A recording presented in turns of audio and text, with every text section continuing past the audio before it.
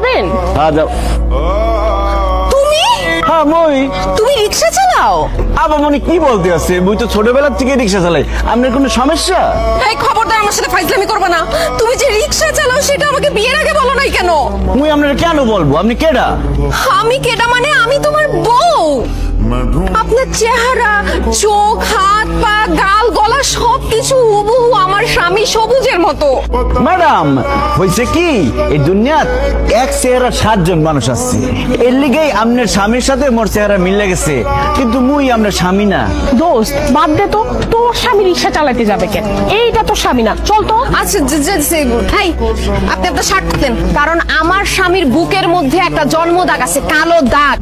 সেই দাগ যদি আপনার বুকের মধ্যে না থাকে তাহলে আমি বিশ্বাস করে নিব আপনি আমার স্বামী না। এনা হাত ধরতো না আমার খুলবো না সাহেব, এই খবরদার মোরে ধরবেন না, মারুন। দোস্ত কালো দাগ তো সত্যি সত্যিই আছে। এই সত্যি করে বলেন তো আপনি কে? ধরা যখন পড়ে গেছি আর মিথ্যা কথা বলবো না শান্তি। আমি সবুজ, তোমার স্বামী। আমার চাকরি চলে গেছে তো তাই রিক্সা চালাইতেছিলাম, কি আর করবো বলো।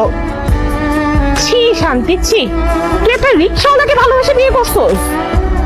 তুই এত সুন্দর একটা মেয়ে, ভার্সিটির সব ছেলে তোকে পছন্দ করতো, আর তুই রিক্সাওয়ালার সাথে সংসার করতেছিস। আমি তো তোর মতো দেখতে এত সুন্দর না, তারপরেও আমার জামাই সরকারি চাকরি। আল্লাহ, তোর রুচি এত খারাপ, তোর স্বামীর পরিচয় জানার পর তো লজ্জায় আমারই মাথায় হেঁটে হয়ে যাচ্ছে। তোর সাথে আমি আর কোনো সম্পর্ক রাখবো না, কারণ আমার জামাই সরকারি চাকরি করে। তোর সাথে সম্পর্ক রাখলে আমার কোনো মান সম্মানই থাকবে না। রিক্সাওয়ালার বউ রিক্সাওয়ালার সাথেই থাকে। রিক্সাওয়ালার আমি বিয়ে করছি না, এটার একটা ভিত করতেই হবে।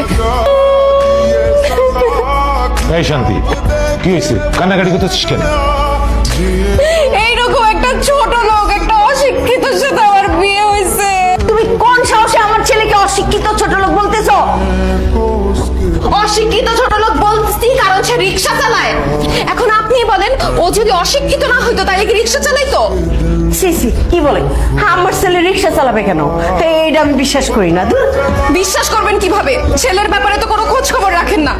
আপনার ছেলে রিক্সা চালায় আমি আমার নিজ চোখে দেখছি। চুপ করে দাঁড়ায় আছো কেন? গুণধর মায়ের গুণধর সন্তান, বলতেছো না কেন যে তুমি রিক্সা চালাও? হ্যাঁ বাবা, শান্তি ঠিক কথাই বলেছে, আমি রিক্সা চালাইছি। এবার আমার কথা বিশ্বাস হলো তো শাশুড়ি আম্মা যে আপনার ছেলে রিক্সা চালায়? এবার বুঝছেন আমি যে আপনার ছেলেকে ছোট লোক বলছি, অশিক্ষিত বলছি, এমনি এমনি বলি নাই। সে আসলে অশিক্ষিত, আসলে একটা ছোট লোক। ছি ছি ছি ছি, ওর ভাবতেই অবাক লাগছে আমার মেয়ের জামাই রিক্সা চালায়। আপনাদের কোনো মান সম্মান না থাকতে পারে, কিন্তু আমার তো মান সম্মান আছে। বাইরে যদি জানাজানি হয়ে যায় যে আমার মেয়ের জামাই রিক্সা চালায়, তাহলে আমার মান সম্মান কিছুই তো থাকবে না, আমি মুখ দেখাতে পারবো না। শান্তি, এই জন্যই আমি তোকে বলেছিলাম প্রেম করে বিয়ে করিস না, কিন্তু তুই তো আমার কথা শুনলি না। বাবা আমার অনেক বড় ভুল হয়ে গেছে। আমি যদি জানতাম ওদের ফ্যামিলি এরকম ছোট লোক, এরকম রিক্সাওয়ালার ফ্যামিলি, তাইলে আমি জীবনেও এখানে বিয়ে করতাম না। বাবা এখন আমি কি করব?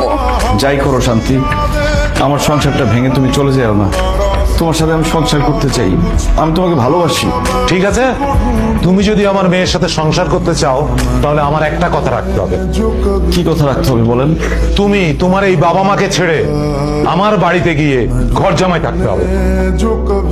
অসম্ভব। আমার ছেলে আমার কলিজার টুকরা, আমার বুকের ধন। আমার ছেলে এই বাড়িতে আম করে কোনো হানে থাকবো না। ঘর জামাই যাওয়ার তো প্রশ্নই ওঠে না। আল্লাহ দোহাই, বিয়ে সাহেব এই কথা বলবেন না প্লিজ। সবুজ, আমার বাবা যা বলছে তুমি এখন সেটা করবা।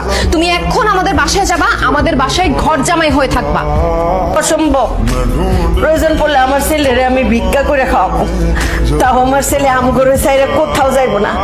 আমার ছেলেরে আমি যাইতে দিবই না। সবুজ, তুমি এখন বলো কি করবে? তুমি কি আমার সাথে আমাদের বাড়িতে গিয়ে ঘর জামাই থাকবে, নাকি তোমার বাবা মার সাথে থাকবে? সবুজ, চুপ করে আসিস কেন?